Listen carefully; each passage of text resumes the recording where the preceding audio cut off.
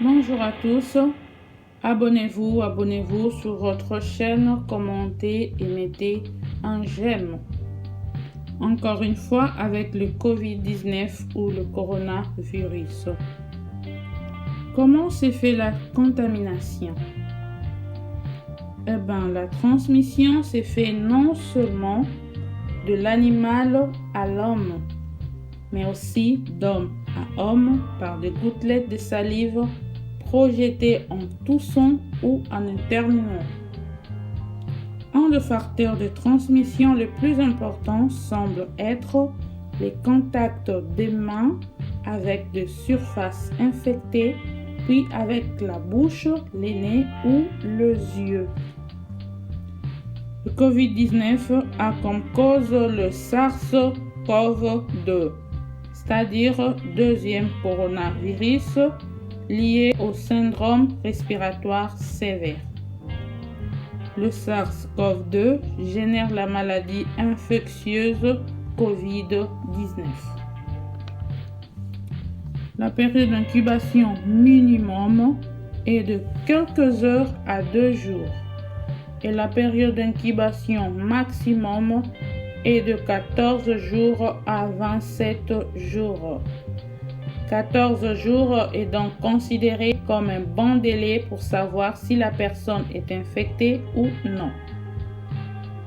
En fonction de température et du taux d'humidité, le virus peut survivre quelques heures, voire quelques jours sur diverses surfaces si elles ne sont pas désinfectées.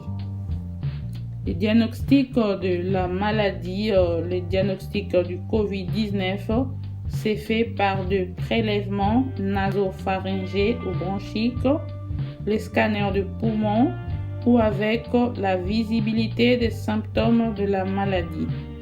Donc un test biologique par prélèvement nasopharyngé permet de confirmer une infection au Covid-19.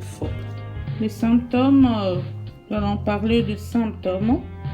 Les symptômes les plus courants du Covid-19 sont une forte fièvre supérieure à 37,5 degrés Celsius, une toux sèche ou grasse, la gêne respiratoire.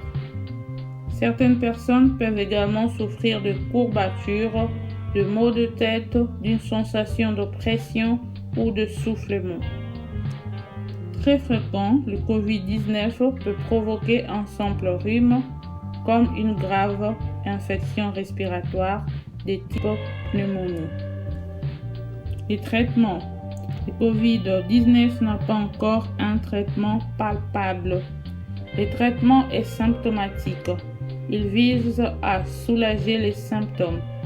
On parle de la chloroquine associée aux antibiotiques, des médicaments contre la toux, le rhume, l'eau tiède mélangée au citron, des médicaments contre la fièvre comme le paracétamol et d'autres. Les anti-inflammatoires sont déconseillés. Mesures de prévention, mesures de barrière, c'est laver fréquemment les mains avec du savon et du gel hydroalcoolique, éternuer et tousser dans son coude, utiliser le mouchoir à usage unique, ne pas se serrer la main, ne pas faire la bise pour dire bonjour, éloignez-vous d'environ 1 mètre quand vous parlez à quelqu'un, désinfectez votre environnement et vivez dans l'hygiène maximum. Concernant les vaccins, les Covid-19 n'ont pas encore de vaccin. Le coronavirus est tellement nouveau et spécifique qu'il faut élaborer un vaccin qui lui est propre. Des essais cliniques sont actuellement en cours, pas de vaccin jusqu'à ce moment. Les personnes les plus affectées, les personnes sont des personnes présentant de maladies chroniques préexistantes comme l'hypertension, maladies cardiovasculaires, diabète, maladies hépatiques, maladies respiratoires comme l'asthme et d'autres sont les plus susceptibles de développer des formes sévères de même que les personnes âgées plus de 70 ans. Attention, il est à noter qu'on observe de formes graves de la maladie même chez les adultes jeunes.